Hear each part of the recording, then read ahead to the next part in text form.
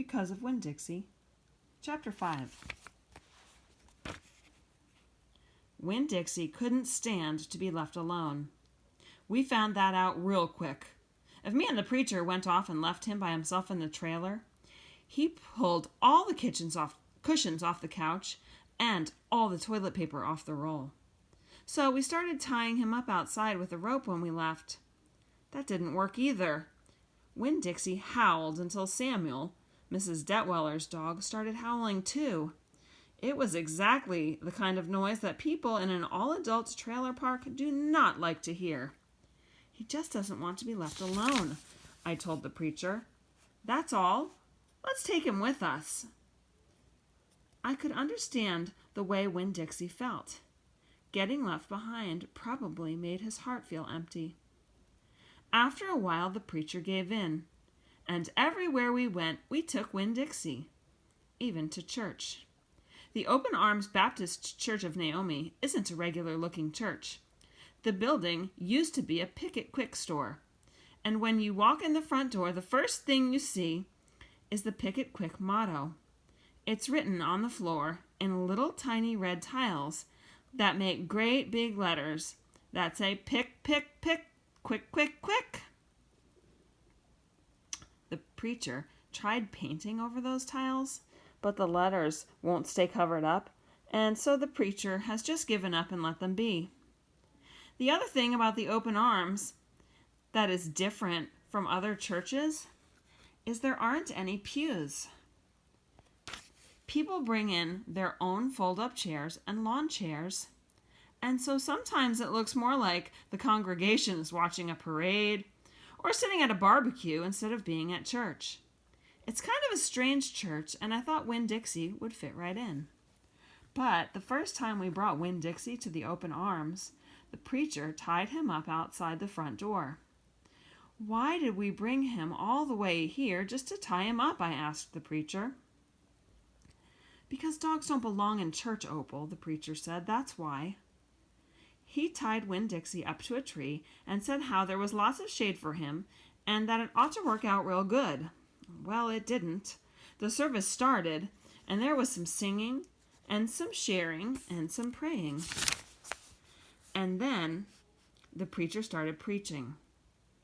And he wasn't but 2 or 3 words into his sermon when there was a terrible howl coming from outside. The preacher tried to ignore it.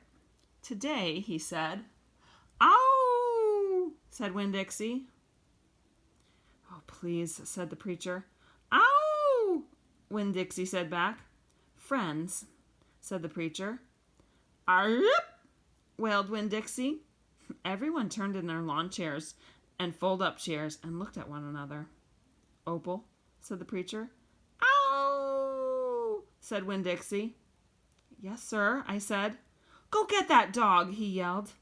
"Yes, sir," I yelled back. I went outside and untied Winn Dixie and brought him inside, and he sat down beside me and smiled up at the preacher, and the preacher couldn't help it. He smiled back. Winn Dixie had that effect on him. And so the preacher started in preaching again. Winn Dixie sat there listening to it, wiggling his ears this way and that, trying to catch all the words, and everything would have been all right, except that a mouse ran across the floor. The Open Arms had mice. They were there from when it was a Picket Quick, and there were lots of good things to eat in the building, and when the Picket Quick became the Open Arms Baptist Church of Naomi, the mice stayed around to eat all the leftover crumbs from the potluck suppers.